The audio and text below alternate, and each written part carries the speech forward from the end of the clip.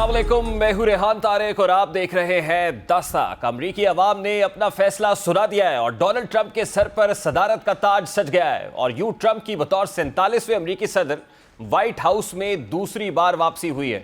यूं ट्रंप शिकस्त के बाद मुंतखब होने वाले दूसरे सदर भी बन चुके हैं और इससे पहले सिर्फ क्लीवलैंड ने यह कारनामा अंजाम दिया था। साबिक अमरीकी सदर क्लीवलैंड पहली मरतबा 1885 में अमरीका के 22वें सदर मुंतखब हुए थे।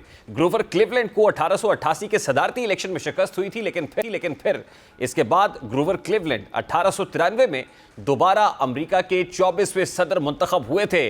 बहरहाल डोनाल्ड ट्रंप ने 538 इलेक्टोरल कॉलेज में 270 का मैजिकल फिगर उबूर किया।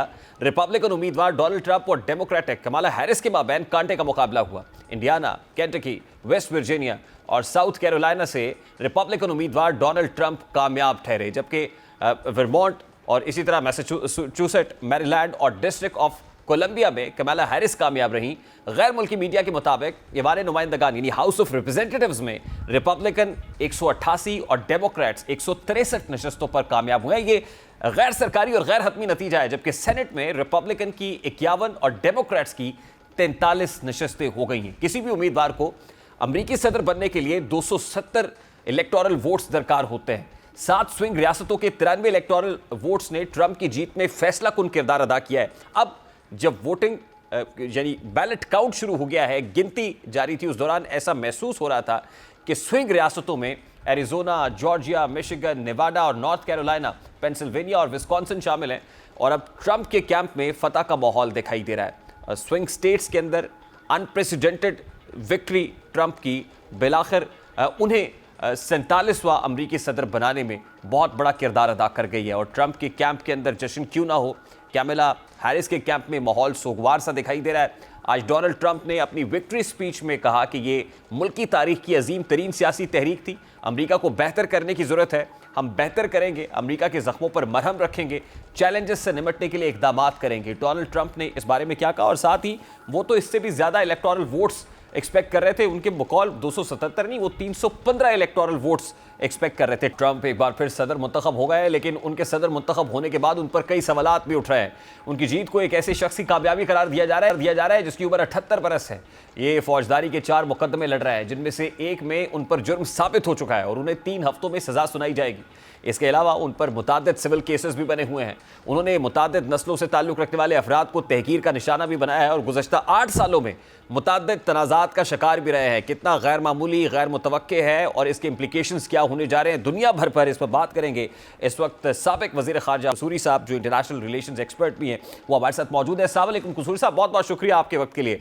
सर, सबसे पहले तो बड़ा सादा सा सवाल है, डोनाल्ड ट्रंप बिलाखिर 277 इलेक्टोरल वोट्स लेकर, ये गैर सरकारी गैर हतमी नतीजा है क्योंकि अभी तक ये ऑफिशियली अनाउंस नहीं है, बारकैफ वो सदर मुंतखब हो गए, उन्होंने विक्ट्री स्पीच भी दे दी है। ये कितना गैर मामूली और कितना गैर मुतवक्के है सर? देखिए, गैर मामूली एक लिहाज से हिस्ट्री के पॉइंट ऑफ व्यू से है कि शायद दूसरी दफ़ा हुआ ऐसा, लेकिन जो लोग फॉलो कर रहे थे इस कैंपेन को और जो लोग ये समझते थे कि इकॉनमी जो है वो अल्टीमेटली लोगों को कंपेल करती है वोट करने पे, तो हालांकि जनरल अमेरिकन इकॉनमी को बुरा नहीं कर रही थी दूसरी दुनिया के ममालिक में, लेकिन वोट तो अमरीकनों ने देना है ना।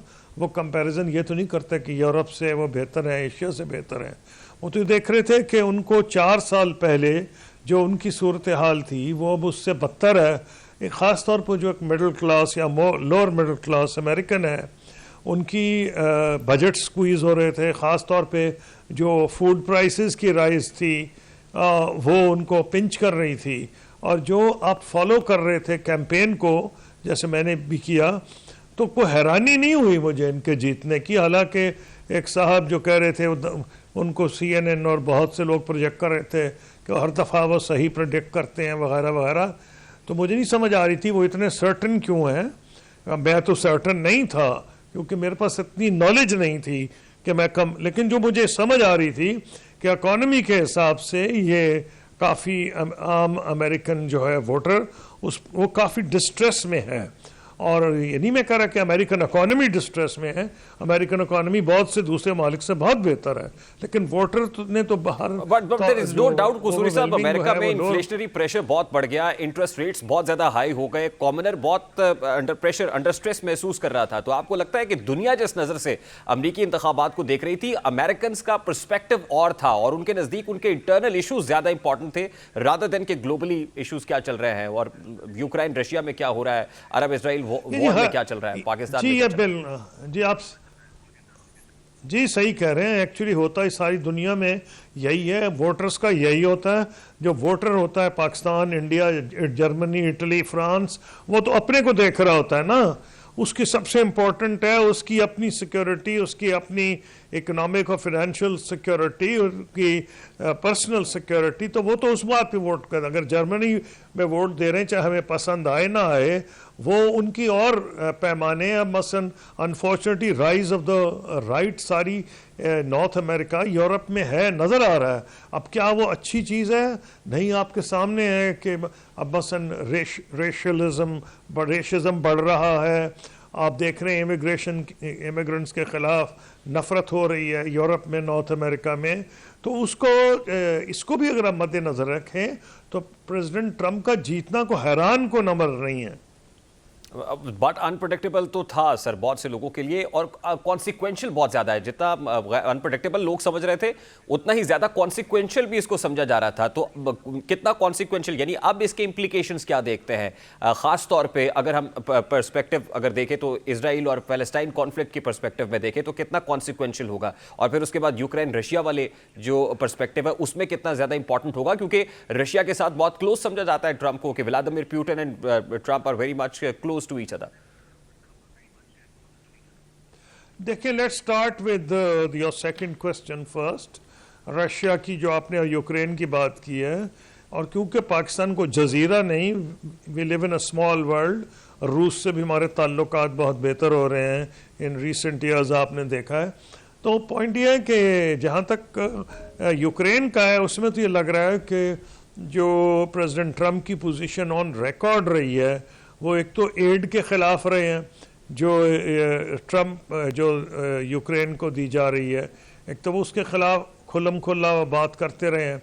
फिर यह है कि उनके जैसे आपने खुद कहा, प्रेसिडेंट पुतिन से उनके जो ताल्लुकात हैं वो को मख्फी नहीं है, और अमेरिकन मीडिया में ख़ास तौर पे जो डेमोक्रेटिक मीडिया था, प्रो डेमोक्रेटिक पार्टी, उन्होंने इस बात को बहुत उछाला था कि क्यों, क्या वजह है कि ये इतने करीब क्यों है, और मुख्तलिफ कंस्पिरेसी थियरीज भी जो थी वो उनको हवा दी जा रही थी।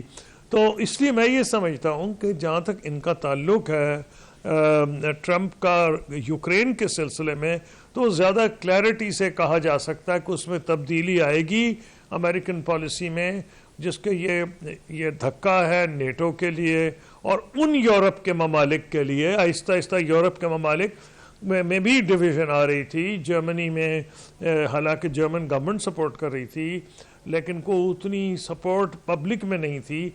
फ्रांस में तो प्रेसिडेंट ने भी अपने आप को अलहदा कर लिया था उस पॉलिसी से। तो इससे आप ये अंदाज़ा लगा सकते हैं कि यूक्रेन की जंग को चांसेस बढ़ गए हैं किसी सेटलमेंट के। जहाँ तक ये सिचुएशन है मिडल ईस्ट की जो आपने पूछा है, यहाँ दो कंपीटिंग फैक्टर्स हैं। एक ये कि प्रेसिडेंट ट्रंप ज़्यादा है pro Israel compare to let's say former president Biden. हालांकि फॉर्मर प्रेसिडेंट बाइडन ने जो साबित किया कि वो तो अपने आप को ज़ायनिस्ट कहते थे, लेकिन कम से कम उन्होंने ट्रांसफ़र नहीं किया था कैपिटल तल अवीव से जेरूसलम, वो प्रेसिडेंट ट्रंप ने किया था। लेकिन साथ साथ उनके सऊदी अरब, यूएई, कतर वो चाहेंगे जो ऑयल रिच इस इलाके में रियासतें हैं उनसे उनके ताल्लुकात बेहतर बने।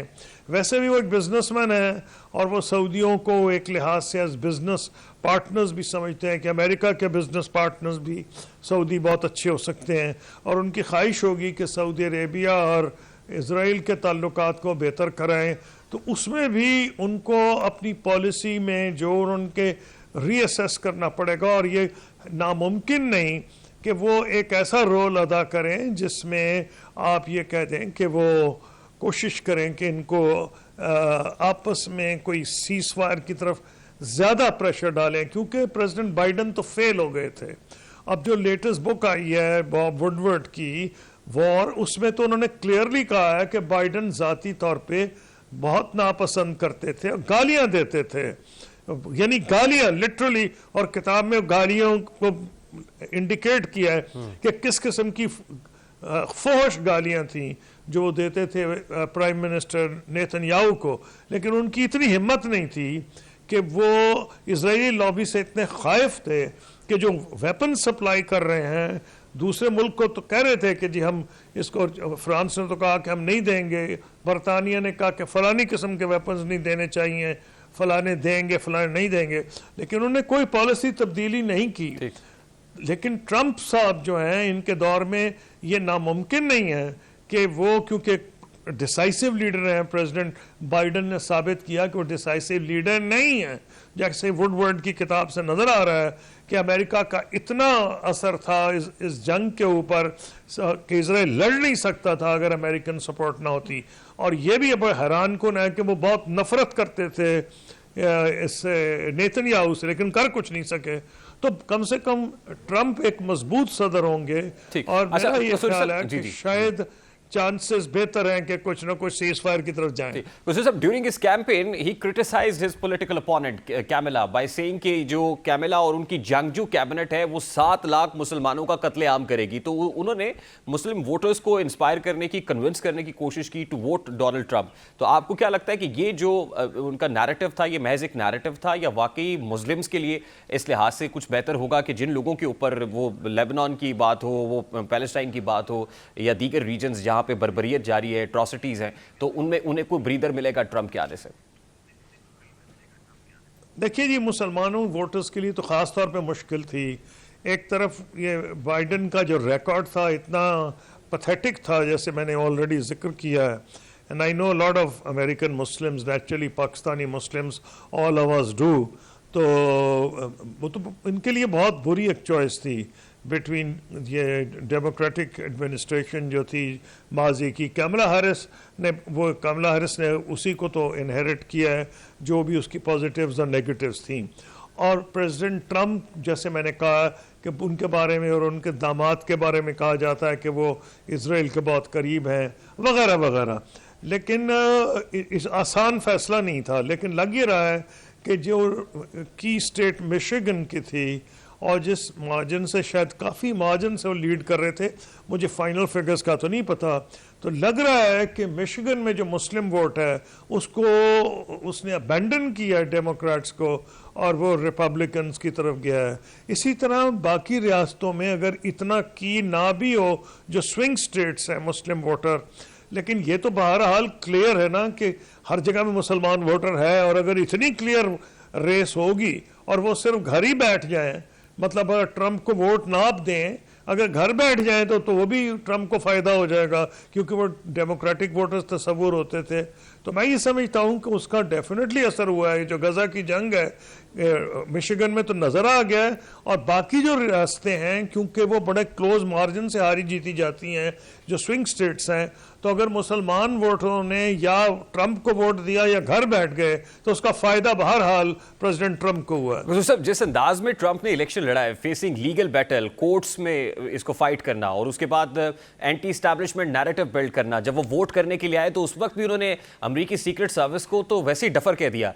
तो इस तरह का इलेक्शन लड़ना और एंटी एस्टैब्लिशमेंट जाना सीक्रेट सर्विस के, और फिर उनके ऊपर फायरिंग का जो इंसिडेंट हुआ, इतने नामसायद हालात में स्टैंड आउट करना, स्पॉटलाइट में आना और अमेरिकन प्रेसिडेंट मुंतखब हो जाना, इस लिहाज से कितना अनप्रेसिडेंटेड है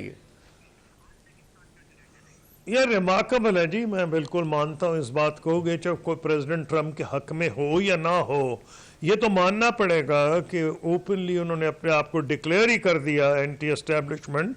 अमेरिकन एस्टैब्लिशमेंट, हालांकि उसकी डेफिनेशन हर मुल्क में मुख्तलिफ होती है, लेकिन बुनियादी तौर पर जो डेफिनेशन है वो वही है कि जो एलीट होती है, एलीट वहाँ कौन सा है, apart from armed forces and CIA, वहाँ CIA वहाँ है, और आप कह सकते हैं कि जो वहाँ की बिग बिजनेस है उनको कहा जा सकता है। हालांकि बिग बिजनेस में अभी बहुत से बिजनेसमैन ने सपोर्ट किया था इनको, कमला हैरिस को, और उनको फंडिंग भी बड़ी की थी। तो अगर आप ये समझें कि हमारे यहाँ तो फौज को समझा जाता है एस्टैब्लिशमेंट, और कुछ टॉप के बिजनेसमैन हो जो पीछे रहते हैं, या टॉप के ब्यूरोक्रेट्स हों, नहीं तो अजलवा यहाँ तो डेफिनेशन एस्टैब्लिशमेंट की ज़्यादातर मिलिट्री होती है। अमेरिका के अंदर yes military is a component, लेकिन मिलिट्री से ज़्यादा वहाँ की इंटेलिजेंस सर्विसेज जो हैं वो इसकी हिस्सा होती हैं। और आपको पता ही है कि प्रेसिडेंट कैनेडी की जो असैसिनेशन है, जिस सर्कमस्टेंसेस में हुई है, और जो उसके ऊपर अभी भी तबसरे होते हैं वो आपके सामने हैं, तो एक बड़ी डेफिनेटली एक डिफायंस उनमें नज़र आती है और करेज भी नज़र आती है। तो मानना पड़ेगा इसमें, चाहे कोई उनके पॉलिसीज़ के हक में हो या ना हो, ये मानना तो ये भी मानना पड़ेगा इस जो डिफाइंस के डेमोक्रेट्स साथ हैं। सर इस डिफाइंस के साथ फैसला करने में कितने खुद मुख्तार होंगे, क्योंकि जितनी कमिटमेंट्स उन्होंने की हुई हैं ड्यूरिंग इस इलेक्टोरल कैंपेन, तो उन कमिटमेंट्स को पूरा भी तो करना है। तो ये कितना चैलेंजिंग हो जाएगा कि एक तरफ तो जाहिर है उनकी इंटेलिजेंस एजेंसीज हैं, एस्टैब्लिशमेंट है, दूसरी तरफ बतौर प्रेसिडेंट पॉलिसीज बनाना, नई पॉलिसीज लेके आना, उनको इंप्लीमेंट कराना, ये पॉसिबल होगा ट्रंप के लिए या चैलेंजिंग हो जाएगा बहुत? देखिए, उन्होंने जो मसलन यूक्रेन पे जो चैलेंज है, सबसे बड़ा चैलेंज यूक्रेन है, और बहुत जल्द पता चल जाएगा। एक बात क्लियर है कि American establishment, what ever you mean by that, वो टोटली इसके हक में थी कि Russia should be total lesson. अब लग रहा है कि प्रेसिडेंट ट्रंप इसमें शायद जल्दी एक्ट करेंगे, और अगर उन्होंने जल्दी एक्ट किया तो ये नज़र आ रहा है कि वो जो जल्दी एक्ट करेंगे वो यही होगा कि उस वॉर को जल्दी ख़त्म कराने की कोशिश करेंगे। ख़त्म कराएंगे तो उन टर्म्स पे तो नहीं होगा ना जो मैक्सिमलिस्ट टर्म्स हैं, जो वो वहाँ की लेट्स से पेंटागन की ख्वाहिश थी, या एक लिहाज से स्टेट डिपार्टमेंट की ख्वाहिश थी, या स्टेट डिपार्टमेंट से ज़्यादा जो रेगुलर फॉरेन सर्विस है वहाँ की उसकी ख्वाहिश थी। तो ये उन टर्म्स में तो बहरहाल नहीं होगा। तो आपको बहुत जल्दी पता चल जाएगा, वेट नहीं करना पड़ेगा ये जज करने के लिए कि वो कितनी अपनी अथॉरिटी और कितनी जल्दी एस्टैब्लिश करते हैं या नहीं। Sir now coming towards Pakistan, America में जो सियासी तब्दीली आई है, आपको लगता है कि पाकिस्तान में भी सियासी तब्दीली के साथ कोई सियासी तब्दीली आ सकती है ट्रंप के आने से? देखिए, मेरी एक पॉलिसी रही है कि मैं लोकल पॉलिटिक्स से बिल्कुल ही नहीं बात करता। उसकी एक वजह है कि I focus on foreign policy, और हमारी इतनी डिविजिव है हमारी जो इंटरनल पॉलिटिक्स है, जिसकी वजह से हमारी सियासत का ये हाल है। हमारे सियासतदान तो एक दूसरे की शक्ल नहीं देख सकते, एक दूसरे का वजूद नहीं बर्दाश्त कर सकते। तो उसकी वजह जो भी आप कहें वो वन साइड और अदर इंटरप्रेट होगा। तो मैं जनरल आपसे रिमार्क्स करूंगा, मैं इस तरह कुछ नहीं कहना चाहता जिससे लगे कि मैं अपनी पाकिस्तान की इंटरनल सियासत इसमें मिक्स कर रहा हूं, क्योंकि हर बंदे की प्रेफरेंस तो बहरहाल होती है। लेकिन मैं ये ज़रूर कहूँगा, जो मेरा अपना तजुर्बा है, कि जो भी मुल्क हो वो किसी और मुल्क की अगर पॉलिसी किसी किस्म की उसके ऊपर वो लेट्स से इन्फ्लुएंस करने की ताकत रखता है, तो सबसे पहले तो ये होता है कि वो किस तरह से इन्फ्लुएंस करेगा। एक ज़माना था जब अमेरिका इन्फ्लुएंस पाकिस्तान को कर सकता था, सिविल मिलिट्री एड हर किस्म की थी, और सेकेंड वर्ल्ड वॉर के बाद जो हमारी ये जो कोल्ड वॉर है पाकिस्तान का एलाई था। फिर आप देख लें अफ़गानिस्तान में 20-25 साल अफेक्टिवली हम उनके एलाई थे, चाहे वो सोवियत यूनियन के ख़िलाफ़ था, चाहे 9/11 के बाद था। तो एक उनका रोल था। अब एक ज़माना में तो ऐसा रोल था कि जो उनका जो एम्बेसडर है उसको मज़ाहियाई तौर पे सही यहाँ के अखबार वाइसरॉय कहा करते थे, लेकिन अब वो पोजीशन है नहीं। तो अब मेरा कहना ये है कि क्या उनमें इतनी डिज़ायर है, क्या पाकिस्तान, उसकी वजह है कि उन्होंने चूज़ कर लिया हिंदुस्तान को एज देयर स्ट्रेटेजिक एलाई। और ये ट्रंप के दौर में हुआ था, जब प्रेसिडेंट उन्होंने हाउडी मोडी रैली अटेंड की है प्रेसिडेंट ट्रंप ने, तो ये फैसला हो गया था, उससे पहले भी हुआ था, कि जो सपोर्ट है उनकी इंडिया के लिए इसलिए हो रही है कि इंडिया चाइना के लिए एक उनका नेचुरल एलाई है to confront China, to contain China. Pakistan तो उनका कभी एलाई हो ही नहीं सकता इस इशू पे। उसकी वजह है कि पाकिस्तान में किसी की भी हुकूमत हो, चाहे फौज की हो या मिलिट्री की हो या मिक्स्ड हो, मिली जुली हाइब्रिड हो, किसी भी सियासी जमात की हो, 2-3 पॉलिसीज पे कोई कॉम्प्रोमाइज नहीं हुआ historically. Kashmir, nuclear policy and policy on China. तो ये पता है कि पाकिस्तान अगर प्रेसिडेंट ट्रंप ने बहुत ज़्यादा एंटी चाइनीज़ पोस्चर इख्तियार किया तो ये लाइकली नहीं है कि उनका असर यहाँ बढ़ेगा, असर बल्कि कम हो सकता है। तो लेकिन मैं समझता हूँ कि प्रेसिडेंट ट्रंप भी जहाँ दीदा हैं, वो बिजनेसमैन हैं, वो देखेंगे उनका अपना मफाद कहाँ है। सरेदस्त ये लग रहा है कि इंडिया को चूज कर लिया गया है, और अगर वाकई वो चाइना पे भी अपने जो उनकी प्रोनाउंसमेंट्स हैं इम्प्लीमेंट करेंगे तो हिंदुस्तान उनके ज्यादा करीब हो जाएगा। बहुत बहुत शुक्रिया। खुर्शीद कुसूरी साहब हमारे साथ मौजूद थे, साबिक वजीर खारजा है। अब जहां दुनिया भर में इसके कॉन्सिक्वेंसेज होंगे, इम्प्लीकेशंस होंगे, वही पाकिस्तान में इसके क्या इम्प्लीकेशंस होंगे, और पर्टिकुलरली जहां रिपब्लिकन कैंप के अंदर बहुत ज़्यादा सेलिब्रेशन है, तो क्या पाकिस्तान तहरीक इंसाफ कैंप में भी उतनी ही खुशी मनाई जा रही है डोनाल्ड ट्रंप के अमरीकी सदर मुंतखब होने के बाद? इस पर बात करेंगे हमारे साथ रहिएगा।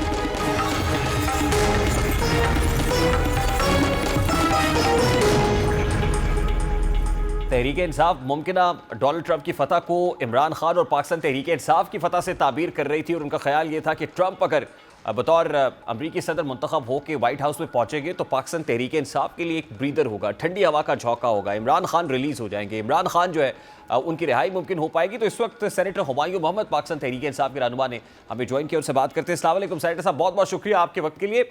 सबसे पहले तो ये कहिएगा कि रिपब्लिकन कैंप पे अमेरिका में रिपब्लिकन कैंप तो सेलिब्रेट कर रहा है, खुशी मना रहा है, क्या पाकिस्तान तहरीक इंसाफ कैंप में भी खुशी का जश्न का सा माहौल है? बिस्मिल्लाहिर्रहमानिर्रहीम, इय्याका नाबुदु व इय्याका नस्तईन।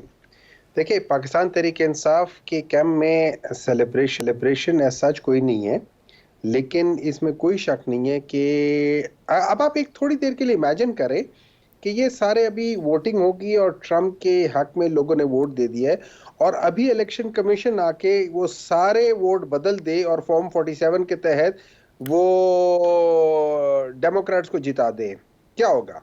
ये एक्सपेक्ट कर रहे हैं आप यहाँ अमेरिका में? नहीं, अमेरिका में इसलिए नहीं है कि अमेरिका में कानून है। वो अच्छा लेट्स से अगर ऐसा होता है कि ट्रंप के आने से, तो फिर ये अमेरिकी मुदाखलत नहीं होगी हुमायूं मोहम्मद साहब? अच्छा, लेट मी टेल यू, ये अमेरिकी मुदाखलत नहीं होगी। मैं इसको दूसरे तरीके से देखूंगा। मैं देखूंगा कि ये अमेरिका ने जो मुदाखलत की थी उसका रिवर्सल होगा। नहीं, उसमें फिर हमें अमेरिका को एब्सोल्युटली नॉट नहीं कहना चाहिए? अमेरिका को तो उस वक्त देखिए ना, मैं आपको बताता हूँ, एक आदमी जो है किसी को जेल में डाल देता है और उसको हब्से बेजा में रखता है। अब अगर आप उसको छुड़वा लें तो ये छुड़वाना गलत काम है या उसको हब्से बेजा में रखना गलत काम था? मेरे कहने पे आपको कोई जेल में डाल देता है, दूसरा बंदा मेरी जगह आता है, वो आपको निकलवा। इतना आसान काम नहीं है ना सर। देखिए, एक सर्टेन जाहिर है कॉन्स्टिट्यूशन है हमारा, उसमें लॉ ऑफ द लैंड है, उस लॉ ऑफ द लैंड में कोई और आके नकब लगाए और फिर आप ये कहे फिर वो आके नकब लगाए, नकब जनी करे और फिर वो इसको ठीक कर ले, तो two wrongs don't make right ना। नहीं, let me देखिए, it's not about that, it's about undoing what was done wrongly. Undoing of what was done wrongly is, मेरी नजर में it's a separate thing. हाँ, अगर मैं आज आके मैं ये कहूं कि यार अब मैं इंटरफेयर कर रहा हूं in that thing कि भाई अब आप ऐसा करो कि ये कर लो वो कर लो, fair enough. मेरी नजर में ये जो है ना, it is undoing of the wrong policy of the interference in another country's internal affair. अच्छा, लेकिन हुमायूं मोहम्मद साहब, हमारे यहाँ तो कोर्ट्स हैं, जाहिर है अब तो जस्टिस काजी फायजी साहब जिनसे आपको बहुत इख्तलाफ था वो नहीं है, अब तो जाहिर है जस्टिस याहिया अफरीदी आ चुके हैं, अब तो आईनी बेंच बन गया है, आईनी बेंच के सरबराह है। तो अभी भी आप समझते हैं कि हमारे कोर्ट से जो है मामलात हल नहीं होंगे और आप फिर अमेरिका की तरफ देख रहे होंगे? नहीं, देखिए, मैं अमेरिका की तरफ बिल्कुल नहीं देख रहा हूँ, ना कभी देखूंगा ना वो करूंगा। उनका अपना एक रोल होगा, वो प्ले करेंगे, वो उनकी वो एक सुपर पावर है, वो मुख्तलिफ जगहों पे उनका एक पोजीशन होता है, लेकिन इसमें कोई शक नहीं उनको किसी के इंटरनल मैटर्स में इंटरफेयर नहीं करना चाहिए, और जहां जहां उन्होंने इंटरफेरेंस किए उसको रिवर्स करना चाहिए। जैसे ये वॉर हुई है यूक्रेन में, उसको रिवर्स करना चाहिए, जैसे ये इसमें गाजा में हुई है उसको रिवर्स करना चाहिए। ये सारी चीजें करनी चाहिए, ये सारी की एक चीज। आपका मुतालबा तो है कि फुल कोर्ट बने, लेकिन आपकी एक्सपेक्टेशन है कि फुल कोर्ट सुन लेगा इसको? देखिए मेरे ख्याल में फुल कोर्ट को ही सुनना चाहिए। Anything less than full court will not give the right message. तो वो सारी चीजें उस लिहाज से होंगी। एक नंबर 2, दूसरा जो सबसे बड़ी बात ये थी और जो जुडिशरी के साथ ये थी कि आर्टिकल 26 ने ये अमेंडमेंट 26 अमेंडमेंट ने इन्होंने जुडिशरी को अंडरमाइन किया। उनकी इंडिपेंडेंस जो ट्राइकोटमी या सेग्रीगेशन ऑफ पावर्स है उसको उन्होंने अंडरमाइन करके अपने लोगों को या उसको डाइल्यूट किया। अब उसकी वजह क्या है? इन्होंने एक कॉन्स्टिट्यूशनल बेंच बनाया। मुझे कोई इतराज नहीं है कॉन्स्टिट्यूशनल बेंच हो ना हो, लेकिन अब इसमें देखें कॉन्स्टिट्यूशनल बेंच में जो लोग आए, जिस तरीके से उसकी कंपोजिशन करके उसको लोग लेकर आए, और ये याद रखिए इसकी जिन लोगों को रखा गया था उसमें चीफ जस्टिस, सीनियर मोस्ट तीनों जजों ने, उसका जो सीनियर मोस्ट जज थे तीनों ने उस चीज की मुखालफत की थी कि ये गलत है, लेकिन उसके बावजूद भी ये हो रहा है। अब उसकी वजह अल्टीमेटली इट्स अबाउट नंबर्स ना सर। जुडिशल कमीशन में जाहिर है अददी अक्सरियत की बुनियाद पे फैसले होंगे। नहीं sir, it's not about numbers. अगर फर्ज कर ले पार्लियामेंट के अंदर 300 बंदा आके कह दे कि यार ये चोरी जायज है, तो नंबर्स के लिहाज से तो सब कह देंगे चोरी जायज है। क्या चोरी वाकई जायज हो जाएगी? नहीं होगी। आपके अंदर मॉरल होनी चाहिए। अच्छा हुमायूं साहब, लास्टली सर देखिए, बिल पास जिस तरीके से हुकूमत ने किए हैं, वो supreme court practice and procedure act हो, वो जजेस की तादाद बढ़ाने का बिल हो, या आर्मी एक्ट 1952 के अंदर अमेंडमेंट हो, पाकिस्तान तहरीक इंसाफ की जानिब से इस पर कोई खास रद्द-ए-अमल, स्ट्रॉन्ग जिसको कहते हैं रिएक्शन आना या एहतजाज होना, वो देखा नहीं गया। तो क्या अभी पीटीआई सोच रही है, डेलिब्रेशंस हो रही हैं और कोई ऐलान जल्द होने वाला है? देखिए इसमें जो मेरे लिहाज से, इसमें जो आर्मी एक्ट के लिहाज से या उसके लिहाज से, अगर आप लोग एज अ होल किसी के टेन्योर, देखिए दो चीजें हैं। एक है टेन्योर, मेरा टेन्योर 3 साल है, आप उसको 5 साल करते हैं टेन्योर को as a whole, that's a separate thing. लेकिन अगर आप मुझे एक्सटेंशन देते हैं, that's a separate thing. Extension के मैं बहुत सख्त खिलाफ हूं। ठीक, यानी अभी जो हुआ है वो उसको आप सपोर्ट करते हैं कि वो ठीक है, उसमें कोई प्रॉब्लम नहीं? मैं सपोर्ट नहीं करता। मैं इस जो इंक्रीज इन दी टेन्योर को मैं इन प्रिंसिपल नहीं वो करता। मेरे लिहाज से ये ठीक नहीं है। बहुत बहुत शुक्रिया सेनेटर हुमायूं मोहम्मद, पाकिस्तान तहरीक इंसाफ के रहनुमा हमारे साथ मौजूद थे। अभी एक ब्रेक लेंगे और ब्रेक के बाद जब वापस आएंगे तो IMF के स्ट्रक्चरल फ्रेमवर्क के डिस्टर्ब होने का खदशा इसलिए है कि पाकिस्तान वो टैक्स कलेक्ट नहीं कर पाया जो IMF की कंडीशंस थी। ताजिर दोस्त स्कीम मुतारिफ तो कराई गई लेकिन वो भी सूदमंद साबित नहीं हुई। अब इस स्कीम में लिया करने की ठान ली गई है। ये तब्दीलियां क्या होंगी, बात करेंगे इस ब्रेक के बाद। हमारे साथ रहिए।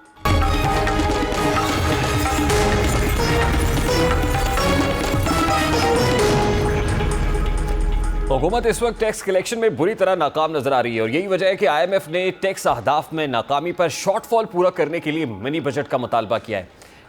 FBI ने रवा माली साल के पहले 4 महीनों में 980 अरब रुपए इकट्ठे करने हैं, लेकिन अभी तक सिर्फ 775 अरब रुपए इकट्ठे हो सके। अब इसीलिए ये कयास आराइयां की जा रही है कि हुकूमत टैक्स वसूलियों का हदफ पूरा ना कर पाई तो IMF और इमदाद की अगली किस्त रोक सकता है। FBI ने ताजिर दोस्त स्कीम के जरिए दिसंबर तक 25 अरब रुपए जमा करने हैं, मगर टैक्स फैसिलिटी को अब तक बहुत कम रद्द-ए-अमल मौसूल हुआ है और सिर्फ 1.3 मिलियन यानी महज 13 लाख रुपए जमा हुए हैं। अब ताजिर दोस्त स्कीम के तहत टैक्स वसूलियों की नाकामी पर FBI ने ताजिर दोस्त स्कीम में बड़ी तब्दीलियां लाने का इंदिया भी दे दिया है। इन तब्दीलियों जो इदारा है वो छोटे जो खुर्दा फरोश हैं उनसे या ताजरों से टैक्स वसूल करने की बजाय मोतबर मालूमात की बुनियाद पर बड़े लोगों से उनके खिलाफ कार्रवाइयाँ भी करेगा और उनसे टैक्स भी कलेक्ट करेगा। FBI अब रिटर्न्स, डेटा सिक्योरिटी और कमर्शियल जो है वो डेटा उसके तजिए की बुनियाद पर बड़े रिटेलर्स, दुकानदारों, ताजरों को रजिस्टर करेगा और फिर फी दुकान रिटेल आउटलेट पर फिक्स टैक्स की मौजूदा पॉलिसी को मुअत्तल कर देगा। इस पॉलिसी पर नज़र-ए-सानी की IMF ने तौसीक की है या नहीं, ये सबसे बड़ा सवालिया निशान होगा, क्योंकि ताजिर दोस्त की मतलूबा महसूल यानी मतलूबा जो रिटर्न है वो वसूल करने में बुरी तरह नाकाम रही है। पहली समाई में हदफ 10 अरब रुपए रखा गया था, दूसरी समाई में यानी अक्टूबर से दिसंबर की मुद्दत के लिए जो TDS की वसूली है वो 23.4 अरब रुपए तक जाने का हदफ था।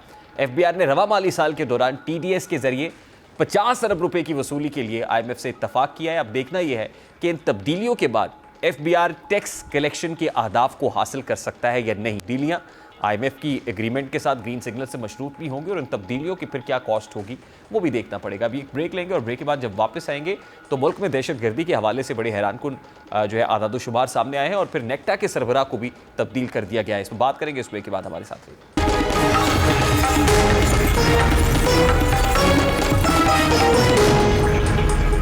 मुल्क भर में दहशतगर्दी फिर से सर उठा रही है। दहशतगर्दी की हालिया कार्रवाइयों से मुताल्लिक आदाद शुमार खैबर पख्तूनख्वा और बलूचिस्तान में अस्करियत पसंदों की रसाई और असर व रसूख में परेशान कुन इजाफे की निशानदेही कर रहा है।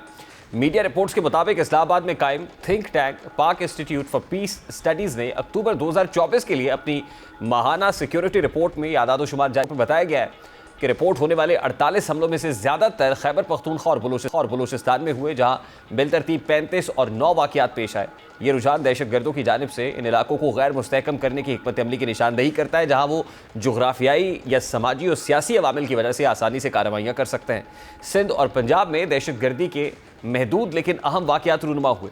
दोनों सूबों में दो हमले हुए जो इन दहशतगर्दों की जानिब से अपने मजबूत गढ़ों से बासर और असर और रसूख बढ़ाने की कोशिश की तरफ इशारा करते हैं।